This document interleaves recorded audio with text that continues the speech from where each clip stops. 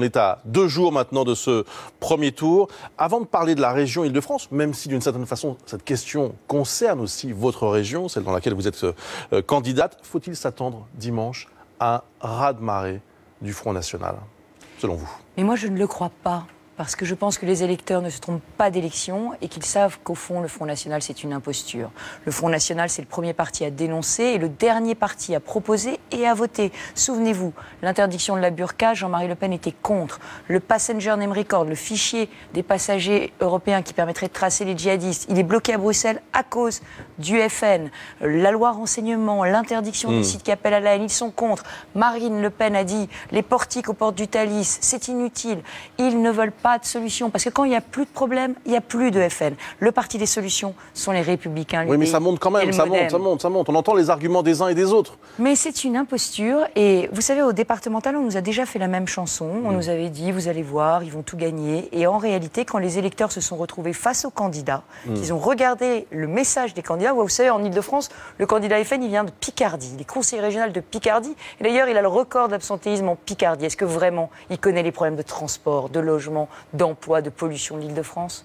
Il est très haut dans les intentions de vote, quasiment au coude à coude dans certains sondages avec votre adversaire socialiste. Mais les sondages n'ont jamais donné le résultat de l'élection. Si Vallerand de Saint-Just, pour ne pas le nommer, est en deuxième position, est-ce que ça changera quelque chose au soir du premier tour et dans l'entre-deux tours pour vous, pour votre campagne? Non, ça ne changera rien parce qu'aujourd'hui, nous serons en triangulaire avec le Front National. Et oui, vous vous y êtes préparé à cette... Oui, bien entendu, mais voter Front National, c'est en fait faire élire Claude Barthelone. Est-ce qu'il y aura, de votre part, des appels du pied aux électeurs du Front National, pas au Front National, mais aux électeurs du Front National entre les deux tours? Est-ce qu'il y aura un infléchissement de votre ligne? Est-ce qu'il y aura des messages? Monsieur Toussaint, moi, ma ligne, c'est la même depuis 4 ans. La sécurité, je ne l'ai pas découverte le 13 novembre. En janvier, déjà, je demandais, après les attentats de Charlie, un bouclier de protection pour les Français. Aujourd'hui, ce bouclier de protection, grâce à la région, je vais pouvoir le mettre en place. Moi, je ne change rien. Moi, j'ai une équipe qui est rassemblée. Elle va du MoDem jusqu'à la droite forte. Elle est unie. Elle ne changera pas entre les deux tours. Mon projet ne changera pas. Et en revanche, ce que je dirais, c'est stop ou encore la gauche. Ça fait 17 ans que la gauche gère cette région Île-de-France. Ça fait 17 ans que les inégalités n'ont pas cessé de croître. Ça fait 17 ans que le chômage est record dans une région capitale. C'est unique. C'est une singularité terrible de l'Île-de-France. Alors, vous avez parlé d'un hiver fiscal socialiste. Qu'est-ce que vous avez voulu dire? Ah oui, mais ça, c'est incroyable. Dans la profession de foi de Claude Barthelone, il y a marqué aucune hausse d'impôts pour les contribuables franciliens. Eh bien, Benoît Hamon, qui était la doublure de Claude Barthelone dans le débat de premier tour qu'il a fui, a dit la vérité, il a vendu la mèche, il a dit qu'il y aura encore 220 millions d'euros d'impôts supplémentaires si Claude Barthelone est élu, 220 millions d'euros sur les entreprises, c'est-à-dire des salaires en baisse, ça veut dire de l'emploi au moins. Et moi j'ai dit, Hollande, Barthelone, même recette, même résultat, toujours plus d'impôts, toujours plus de chômage. Et si c'est vous, Valérie Pécresse, il y aura combien? Eh bien, il y aura 0, parce que moi, je vais faire un plan de 400 millions d'euros d'économie. Et je revendique de déménager le siège de la région de l'autre côté du périphérique, en Seine-Saint-Denis, parce que ça rapporte 26 millions d'euros par an de loyer. Ah ben, excusez-moi, 26 millions, oui, c'est l'épaisseur du trait. C'est peut-être votre salaire, non. Mais je peux vous dire que c'est pas le salaire d'un francilien. Et avec 26 millions d'euros, on peut payer beaucoup de formations à beaucoup de demandeurs d'emploi. À l'échelle du budget de la région... Il y a 3 500 000... Il y a un journal, 400 millions d'euros, je propose, d'économie. Il y a un journal qui est tiré à 3,5 millions d'exemplaires. Il y a une gabegie, un gaspillage, une opacité, un clientélisme que vous ne pouvez pas imaginer. Alors, sur les transports, vous avez promis un plan d'urgence pour les transports au quotidien, avec un grand coup de neuf sur le matériel roulant. Qu'est-ce que vous proposez exactement? Moi, je propose que d'ici 2021, tous les trains et les RER soient neufs et rénovés. On ne peut plus aujourd'hui circuler dans des trains qui sont vétustes, qui ne sont jamais à l'heure, qui tombent en panne. Donc j'ai fait un échéancier, un plan de financement, et nous finançons, ce sera ma priorité pour les transports. Pour revenir à l'aspect national, on va écouter ensemble ce que disait Nicolas Sarkozy cette semaine sur Europe 1 sur la stratégie et sur l'attitude à avoir entre les deux tours. Que faut-il faire? Écoutez Nicolas Sarkozy. Moi, je ne suis pas pour des combines d'état-major. C'est les Français qui décideront, mais laissons-les voter. Je combats la politique des socialistes et je n'ai rien à voir avec le Front National. Cessons de leur faire de la publicité. Et par ailleurs, on verra les résultats du premier tour. Nous avons nos listes, nos valeurs, nos projets. Eh bien, si nous sommes qualifiés pour le deuxième tour, partout, nous irons au combat du deuxième tour et nous parlerons à tous les Français. Vous assumez cette position, Valérie Pécresse, encore une fois, je rappelle, vous avez été ministre, évidemment, vous avez des responsabilités nationales. Vous assumez cette position inflexible du parti Les Républicains? Vous savez, Bruce, il y aura une responsabilité, des deux camps d'ailleurs. Non, mais vous savez, Bruce Toussaint, le vrai ennemi du Front National dans cette élection, c'est nous. C'est pas les socialistes. Les socialistes ont intérêt à faire monter le Front National et ils ne s'en privent pas. Ils ont intérêt à faire monter le Front National pour éviter l'alternance. Parce que le vrai parti des solutions, des propositions, de la gestion, de l'alternance, c'est les Républicains, l'UDI. Donc nous allons nous battre, effectivement, j'allais dire mano à la mano, contre le Front National et contre le Parti Socialiste. On va écouter maintenant ce que disait hier Manuel Valls. Alors, écoutons ensemble les mots choisis par le Premier ministre. C'est quand même un peu étonnant, il faut bien le dire, voire anachronique de la part d'un dirigeant socialiste. Allons-y. Votez massivement, revendiquons nos valeurs, liberté, égalité, fraternité, arborons nos couleurs, le bleu, le blanc, le rouge, notre cœur qui bat à gauche, notre esprit, notre réponse, avec Claude Barthelone, ici en Île-de-France. Votons, mobilisons-nous, debout, parce que nous sommes debout, parce que nous sommes la République et la France. Bleu, blanc, rouge, liberté, égalité, fraternité. Est-ce qu'il n'y a pas, à l'occasion de ces élections régionales, une espèce de remise à plat de l'ensemble finalement du paysage politique, où on voit que les lignes bougent? Comment est-ce que vous analysez ça? Est-ce que vous êtes d'accord avec ça? Bon, d'abord, il n'y a pas de captation, il ne peut pas y avoir de captation de la République ou de la patrie par un parti. Aujourd'hui, et malheureusement pour Manuel Valls, les Français vont voter en leur âme et conscience. Ils vont voter pour un bilan. Ils vont voter pour un bilan d'un gouvernement qui n'a pas su les protéger. Pour un gouvernement qui aujourd'hui ne sait pas enrayer la montée du chômage. Pour un gouvernement qui, malgré la COP21, a laissé la France se polluer et s'asphyxier. Donc je crois aujourd'hui que Manuel Valls ne peut pas échapper à son bilan et qu'il ne peut pas surfer comme ça sur la vague d'émotions des derniers attentats pour essayer de provoquer, j'allais dire, un vote sans qu'on parle des régions, parce que c'est ça en réalité ce qui se passe. On est en train de nous esquiver l'élection, on est en train de nous esquiver les problèmes. Le Parti Socialiste n'a aucune réponse. Il gère les régions depuis 10 ans, partout en France. En Île-de-France, c'est 17 ans. Eh bien, qu'est-ce qui s'est passé? La compétence économique, c'est le cœur des compétences régionales. Et en Île-de-France, par exemple, c'est la région capitale, on est les seuls. La seule grande région capitale à avoir 17% de chômage des jeunes.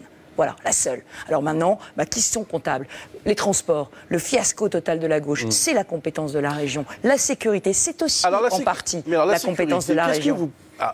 En quoi c'est la compétence de la région? C'est difficile, c'est pas si clair que ça. Sur quoi vous pourrez, si vous êtes élu présidente de région, sur quoi vous pourrez agir en termes de sécurité des Franciliens? Alors, contrairement à ce que disent mes adversaires qui ne connaissent pas la région, nous avons un budget sécurité qui a été créé en 1998. En 2000, nous avons signé une convention avec le ministère de l'Intérieur. Ce budget, il était de 45 millions d'euros. La gauche l'a divisé par 5 en 10 ans. On est passé de 45 à 9. Eh bien, moi, je vais le réactiver. Et cette convention avec le ministère de l'Intérieur nous permet d'équiper les forces de police, les gendarmes, les polices municipales, de financer des portiques de sécurité devant les salles de spectacle, de clôturer les universités qui appellent l'État à l'aide ou les lycées et de mettre de la vidéoprotection dans les transports. C'est un plan d'urgence pour la sécurité, un bouclier de sécurité que je veux mettre en place. Je vous rappelle qu'au Bataclan, il y a des policiers qui n'ont pas pu rentrer parce qu'ils n'avaient pas de gilet pare-balles. Voilà l'état de misère de nos forces de sécurité en France. Hier, Claude Barthelone, votre adversaire socialiste, a estimé que vous aviez eu des propos ambigus, c'est le terme qu'il a utilisé, au sujet du planning familial. Alors, pour ceux qui nous suivent, le planning familial fait aussi l'objet d'une polémique autour de Marion Maréchal Le Pen, donc au Front National, qui a dit qu'elle voulait supprimer les subventions pour ces associations. Est-ce que c'est votre cas aussi? Si vous êtes élu présidente de région, est-ce que vous voudrez supprimer les subventions pour le planning familial? À Bruce Toussaint, ça c'est un comble. Monsieur Barthelone, qui n'a pas eu le courage de voter la loi contre la burqa, est en train de me donner des leçons de droits des femmes.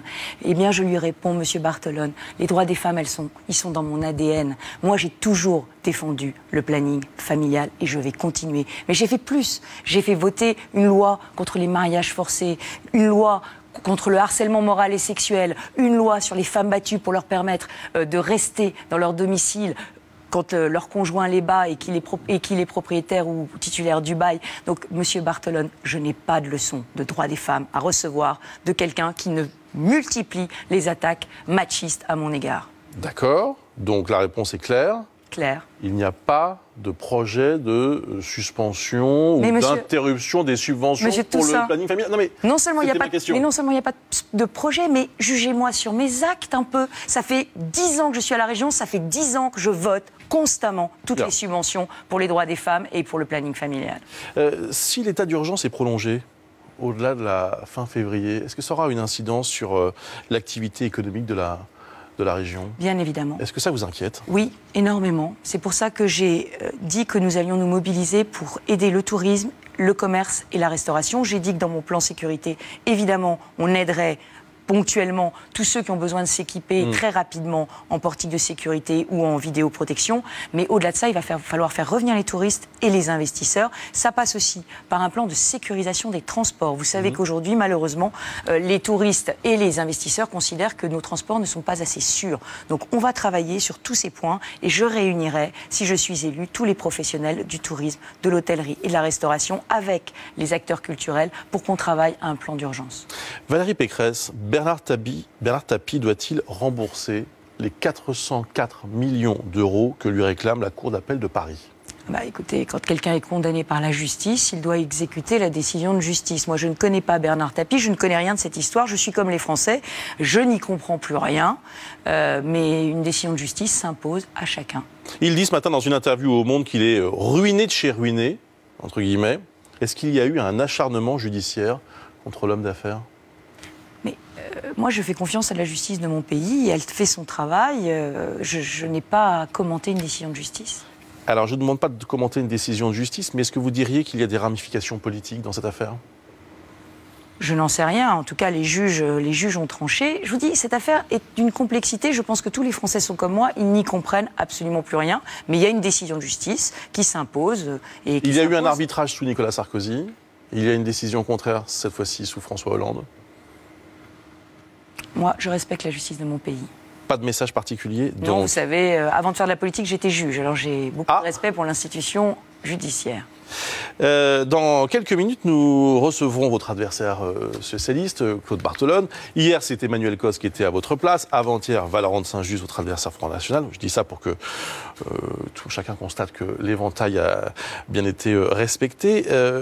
Si vous aviez une question à poser à Claude Barthelone, je me ferai le plaisir de lui répercuter tout à l'heure. Mais comme vous n'avez pas débattu ensemble pendant cette campagne, est-ce que vous avez envie de lui demander quelque chose de précis? Pourquoi avez-vous dit dans votre profession de foi que vous n'augmenteriez pas les impôts si vous vous apprêtez à faire 220 millions de hausse d'impôts sur les entreprises d'Île-de-France? Eh bien, écoutez, la question sera posée à 8h20. Je précise aussi, et c'est important, la liste de tous les candidats dans cette région Île-de-France. Le vote, c'est dimanche, bien sûr. Voici la liste qui s'affiche. Et n'oubliez pas de dire qu'on vote à Paris, parce que les Parisiens croient que les régionales ne les concernent pas, et certains n'ont pas reçu les documents de vote. Il y a une confusion avec les départementales. Voilà. Il n'y avait pas de vote à Paris. Les Parisiens sont franciliens aussi. Les Parisiens votent ce dimanche. Merci beaucoup, Valérie Pécresse. Merci.